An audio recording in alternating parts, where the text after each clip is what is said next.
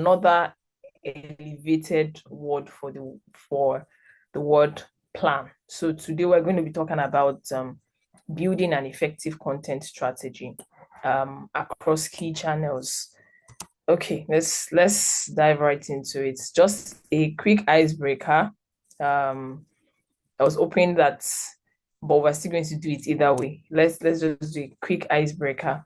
Um, so what's the first ever product to be marketed using a television commercial? So these are the options. I mean, the timer is almost up though, before I started even reading the question. Coca-Cola, Volovia watch, Colgate toothpaste, and Ford Model T. Okay, drum roll. And the answer is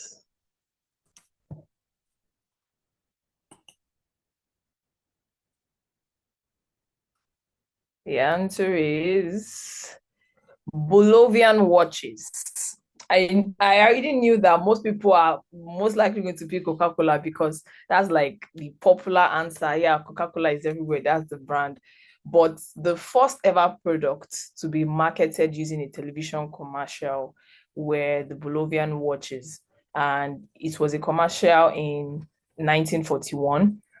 If you can just Google Bolovian watches, they are quite expensive, and it was just like a simple ad on running Americans' time on Bolovian. Literally, you can just check out the ad as well.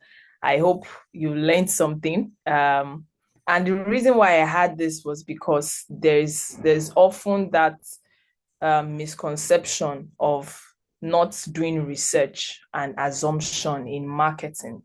So it also tells you the power of top of mind awareness. The only reason why anybody will be quick to pick Coca-Cola is because they are out there. Their story is out there. It's easily seen everywhere. You can say, no, sharing happiness. You can give me three things that Coca-Cola is doing well with their branding and their marketing because they're out there. So not necessarily because they're the right ones. So it just shows you the power of marketing. But the actual answer is Bolivian watches. You can just take your time to do some research. They are the first product that were marketed worldwide using a television commercial. I hope you learned something. So let's run along. Um, just a quick myth. I know Faith had done a prior introduction, but let me also just introduce myself to give a bit of context. My name is Tolulope Oga. Oga as in boss. My nickname is T Boss. um, I'm an agriculturist turned marketer. I wear that as a badge because it just helps give that perspective that you can reinvent yourself, you can pivot from one thing to the other any single day, any single time, no matter the age or no matter where you are. Currently, I'm a marketing and strategic content expert with a goal for growth-driven storytelling. And I say growth-driven because I'm a sucker for metrics, for what works, not just let us do things. Have a background in content marketing, digital campaigns, social media management, and brand strategy. With about 5 years of experience, I've worked with fintech brands, SaaS brands, lifestyle, and consumer products as well. I'm a mentor, speaker, a growth cheerleader, and I help marketing professionals pivot and scale their careers. I have this passion for business owners that I know that is God that puts it in me. Let me put it that way. Yeah, just carry these passions for business owners, SMEs, and helping them not just create great products, but also drive sales at the end of the day. Because I believe SMEs power the economy one way or the other.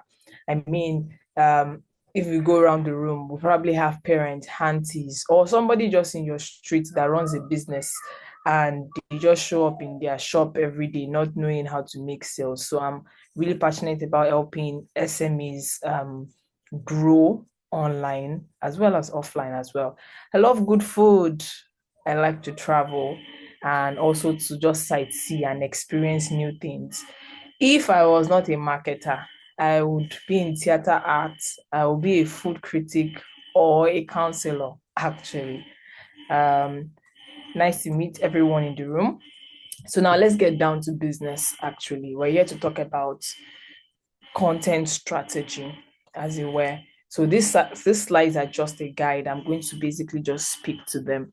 So when you talk about the word strategy, like I said from the beginning, strategy has to do with a plan, and it has to do with it's different when you just wake up in the morning and you just say, oh, I'm going to Egbeda, for example, or I'm going to the UK. No plan in mind, no action, no how do I get from here to there. You just wake up and you say, okay, I want to do this.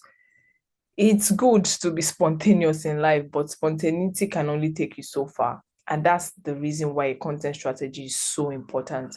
It is literally like the GPS for your content. It is the recipe for your storytelling, and it is literally the blueprint for your brand house. So take it that you want to start a business, or you want to start putting out your business out there, your product, whatever it is. It might even be for a client.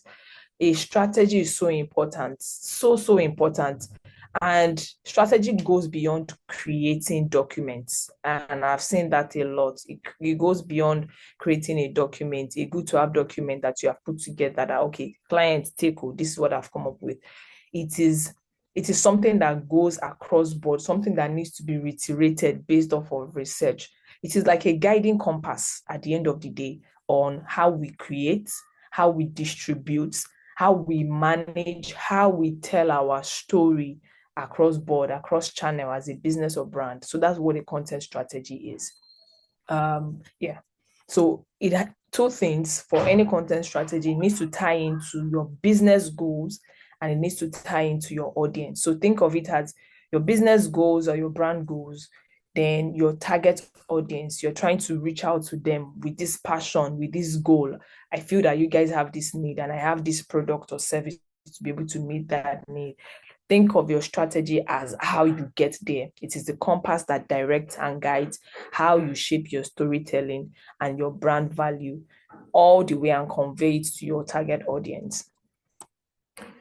Okay, so of course, why do you need a content strategy? It is so important. So I don't know the people in the room or your expertise, your goals or reason for joining this class, but I want to believe that it is for you to learn, for you to grow, and whatever field expertise. This cuts across board. Is something you can apply wherever or whatever place that you are. Even just think about life generally. You don't want to just be spontaneous with your life or be spontaneous with your goals and things that you want to achieve. That's why I laugh at New Year resolutions that don't have a strategic map on, okay, this is how I get from here to there. So literally a content strategy, and is born from what I've seen many businesses and brands do over time. You need a content strategy because vibes and inshallah does not get results. It does not get results at the end of the day. It's you might okay, I can see a notification here. Faith, I don't know if you got that notification as well.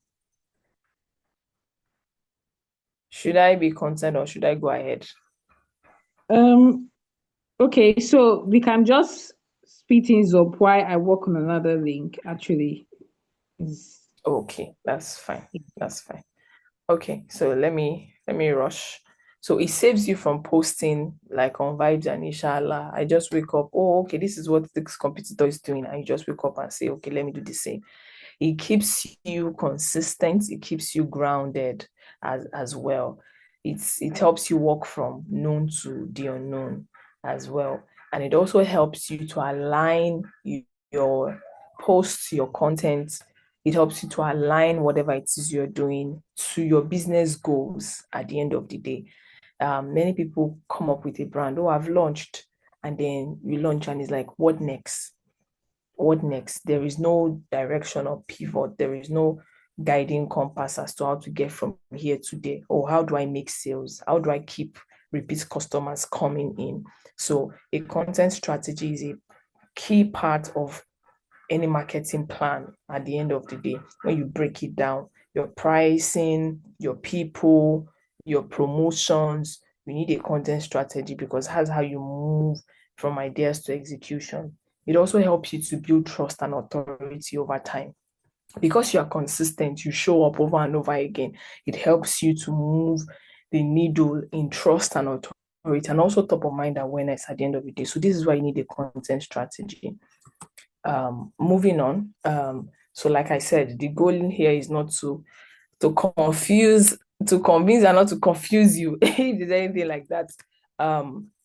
So this content strategy that we're talking about, what are the key ingredients that should be in any content strategy? Number one is your target audience. I always say this, that your target audience is, if content is king, then the audience is the king maker. Literally, if content is king, then your audience is the king maker at the end of the day.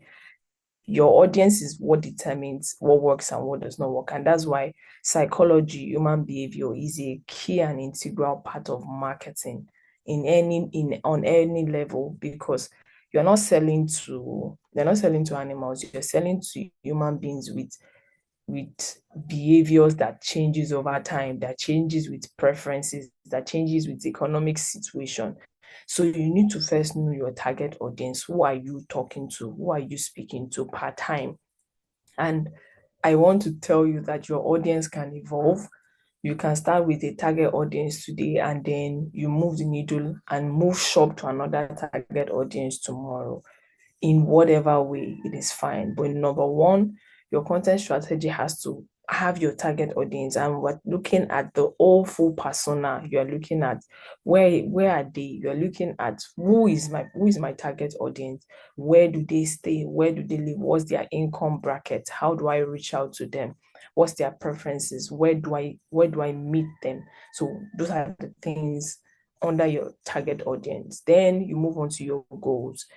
Goals can be as simple as, okay, I want to grow brand awareness, I want to grow sales, I want to move from getting a lot of leads to conversion. That is a goal.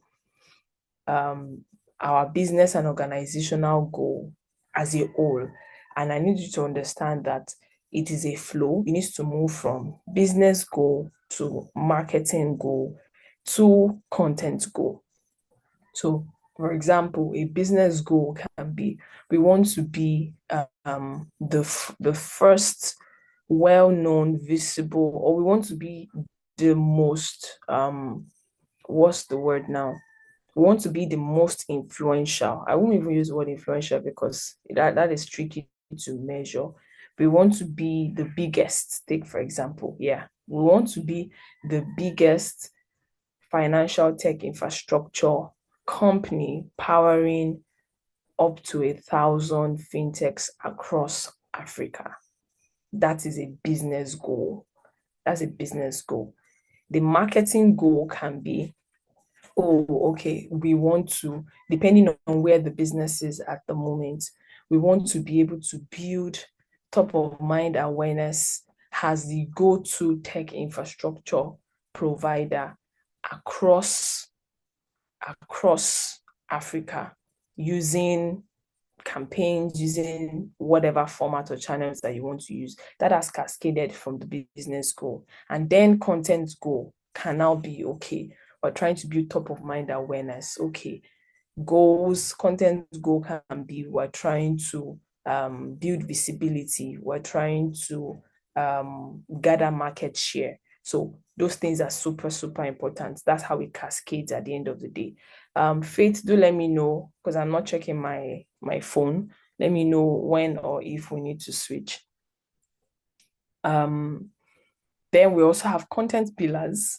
Content pillars, like I said, a content strategy helps to give you the direction as to where your content goal at the end of the day is going. So you need content pillars as well, in terms of what are the key things that your brand is speaking to across board.